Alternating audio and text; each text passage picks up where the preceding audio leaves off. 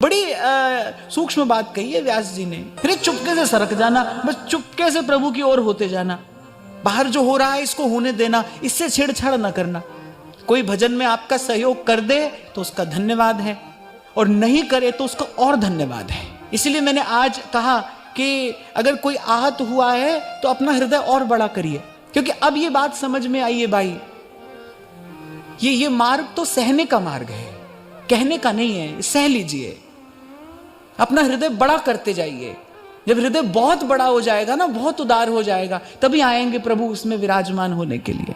आगे कहेंगे सेवक जी, इसी प्रकरण में कहेंगे, सहत सहत बाढ़ है भगति, ग्रहतन गुरु हित गा। कहने वाला कहीं पहुंचेगा नहीं पहुंचेगा, पर कह रहे सहने वाले की संभाल प्रभु करेंगे, उसको प्रभु संभालेंगे। मुझे लगता है कि भाई आप नाम जपो, इतनी बात मान लो, ये सारा पसारा, ये सारा खेल, ये सारा रहस्य समझ में आ जाएगा। आप एक बात पकड़ लीजिए, सतनाम। श्री गुरु ग्रंथ साहिब जी में आद्योपांत अगर एक सिद्धांत कोई है ना, तो बस ये कि किसी प्रकार से जीव सब प्रकार की भटकना छोड़ के और प्रभु के नाम में लग जाए, नाम में लग जाए। एक ही सिद्धांत है, जिस नाम से पत्थर तरे उससे तेरा तरना आसान है। बोले जिस नाम में जड़ वस्तु को पार कर देने की क्षमता है, अरे आप और मैं तो चेतन हैं, प्रभु के ही हैं। तो कह रहे भाई ये सुयोग बना है, इसका लाभ ले लीजिए। सकहीं तो सब परपंच तक।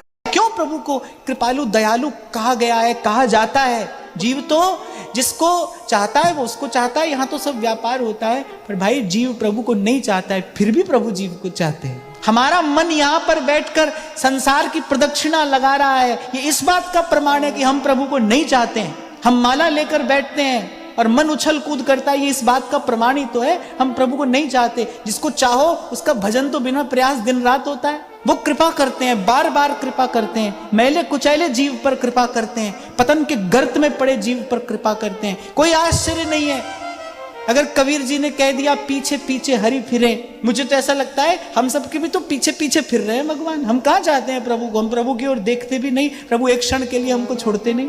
हमारा यहाँ बैठना, जब हाथ में माला लेकर हम बैठते हैं, जब श्री जी की सेवा करते हैं, इस बात का प्रमाण है कि वो हम। बड़ी काम की बात श्री गोस्वामी जी कह रहे हैं। कह रहे सबसे बड़ा पाप क्या है? चुगली, चुगलखोरी। यहाँ की बात वहां, वहां की बात यहाँ। कह रहे इसके जैसा कोई दूसरा पाप नहीं। हम कोई कांटा बोने के लिए थोड़ी आए हैं भाई संसार में।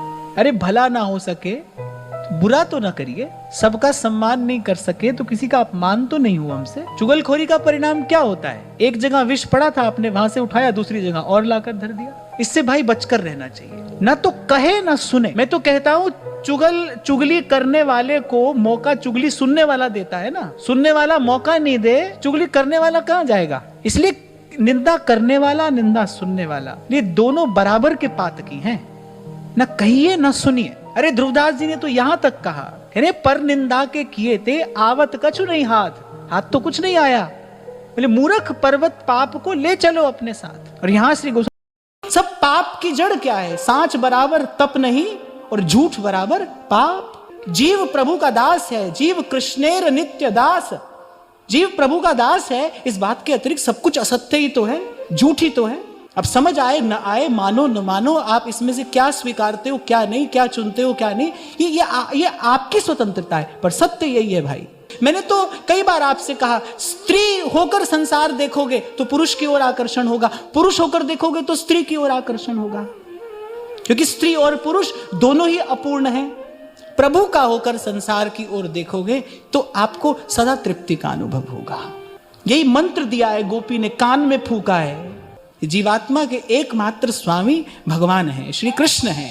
परम पुरुष एक नंद नंदन है और सकल।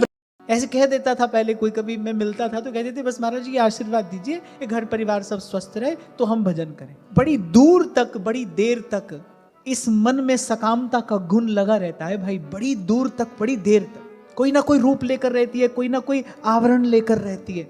तो वस्तुतः मांग तो संसार ही रहे हो ना। जबकि आशीर्वाद तो ये होना चाहिए, यहाँ जो हो सो हो, भजन न छूटे। You can not apply this condition, this is not conditional, this is called unconditional love. आप समझते होंगे ना, अनकंडीशनल, कोई कंडीशन नहीं है कि ऐसा हो तो ऐसा होगा। अब जैसा भी हो भाई, वचन न छूटे।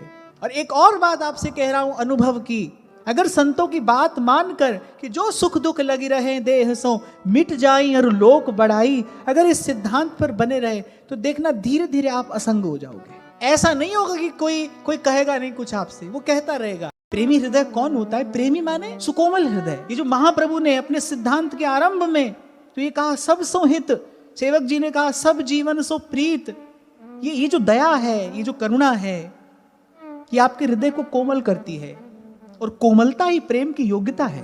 आपने सुना है ना, जन्म जन्मांतरों की तपस्या है गोपियों की, ऐसे जन्म जन्म के सुकृत होते हैं, तब हृदय कोमल होता है, तब उसमें प्रेम करने की योग्यता होती है। इसलिए जो आज प्रेम में मतवाला डोल रहा है, भले कोई जब तब तीर्थ साधन आपको वो करता ना दिखाई पड़े, लेकिन आज जो प्रेम में मतवाला डोल रहा है ना वृंदावन की गलियों में, इसके नेत्र सजल हैं, उसको साधारण ना समझना, उसके जन्म जन्म की तपस्या फलीभूत हुई है, तब उसको ये भाव मिला है। ये जो रस रीति है, इसके निर्वाह करने के लिए भाई पहले ऐसा हृदय चाहिए। श्री लाडली दास जी सुधर्म बोधिनी में कह रहे हैं, चींटी सोले जुगल तक सब सो हित निष्काम। शुभ कर्म से भी बड़ा शुभ कर्म का संकल्प है। तो इसीलिए मैं हमेशा व्यासपीठ से निवेदन करता हूं, आज फिर कर दूं, कि किसी का कल्याण हाथ से न कर सको। समझ में आता है, हो सकता है आपके पास तन ना हो सकता है आपके पास धन ना हो सकता है आपके पास साधन ना हो, पर मन भगवान ने सभी को दिया है, और मन से शुभ संकल्प करने का अधिकार आपको, मुझे, हम सबको है। और कुछ न बन पड़े तो अपने मन में ये भाव, ये निश्चय रखकर, नानक नाम चढ़ती कला तेरे पाणे सर्वकला, और कुछ ना हो सके तो ये तो अपने जीवन में ला सकते हैं। आप ले आइए कि 2 क्षणों के लिए सबके सुख का विचार करते हुए, सबके कल्याण का ये शुभ विचार अपने मन में। बड़ी मार्मिक बात कही मानसकार ने, कहते राम सिंधु, भगवान समुद्र हैं, पर समुद्र का जल पीने लायक नहीं होता। फिर तुलसी बाबा कहते युक्ति क्या है? राम सिंधु घन सज्जन धीरा। जो धैर्यवान संत हैं वो बादल हैं, वो लेते हैं समुद्र का जल, पर अपनी प्यास बुझाने के लिए नहीं, मीठा करके बरसा देने के लिए। कभी भी जब गौ का दुग्ध दोहन किया जाता है ना, तो सीधे नहीं किया जाता, पहले गोवत्स को गो के आगे किया जाता है, फिर वो धारा फूटती है। ऐसे ही भगवान की समस्त शक्तियों में भगवान की कृपा शक्ति सर्वोपरि है, लेकिन उस कृपा शक्ति का उद्भव, उस कृपा शक्ति का उद्रेक भगवान में कब होता है? जब कोई भक्त जाता है भगवान के सन्मुख। इसलिए हमारे ध्रुवदास जी कहते हैं, गह भक्तन पद ओट। भगवत विस्मृति ही तो सब दुखों का कारण है। जिस घड़ी भगवान याद रहते हैं उस घड़ी कोई दुख होता है?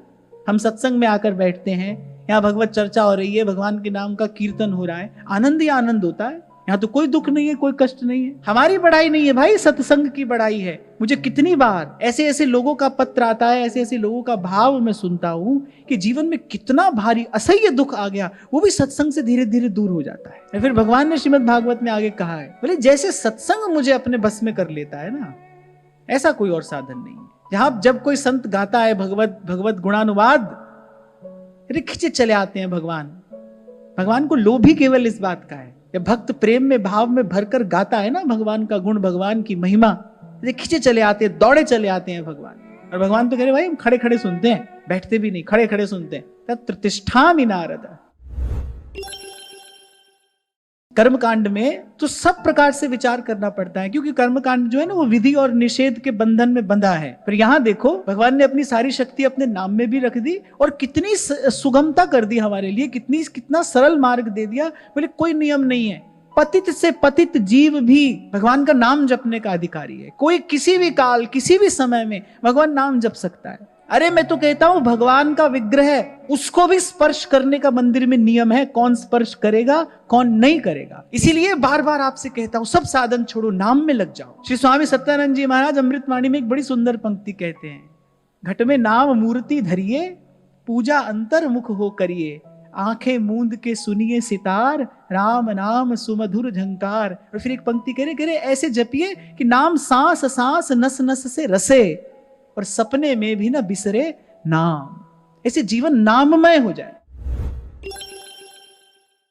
कर्मकांड में तो सब प्रकार से विचार करना पड़ता है, क्योंकि कर्मकांड जो है ना वो विधि और निषेध के बंधन में बंधा है। पर यहां देखो भगवान ने अपनी सारी शक्ति अपने नाम में भी रख दी और कितनी सुगमता कर दी हमारे लिए, कितना सरल मार्ग दे दिया। बोले कोई नियम नहीं है, पतित से पतित जीव भी भगवान का नाम जपने का अधिकारी है। कोई किसी भी काल किसी भी समय में भगवान नाम जप सकता है। अरे मैं तो कहता हूं भगवान का विग्रह है, उसको भी स्पर्श करने का मंदिर में नियम है, कौन स्पर्श करेगा कौन नहीं करेगा। इसीलिए बार बार आपसे कहता हूं सब साधन छोड़ो, नाम में लग जाओ। श्री स्वामी सत्यानंद जी महाराज अमृतवाणी में एक बड़ी सुंदर पंक्ति कहते हैं, घट में नाम मूर्ति धरिए, पूजा अंतर्मुख हो करिए, आंखें मूंद के सुनिए सितार, राम नाम सुमधुर झंकार। और फिर एक पंक्ति कह रहे ऐसे जपिए कि नाम सांस सांस नस नस से रसे, और सपने में भी ना बिसरे नाम। ऐसे जीवन नाममय हो जाए।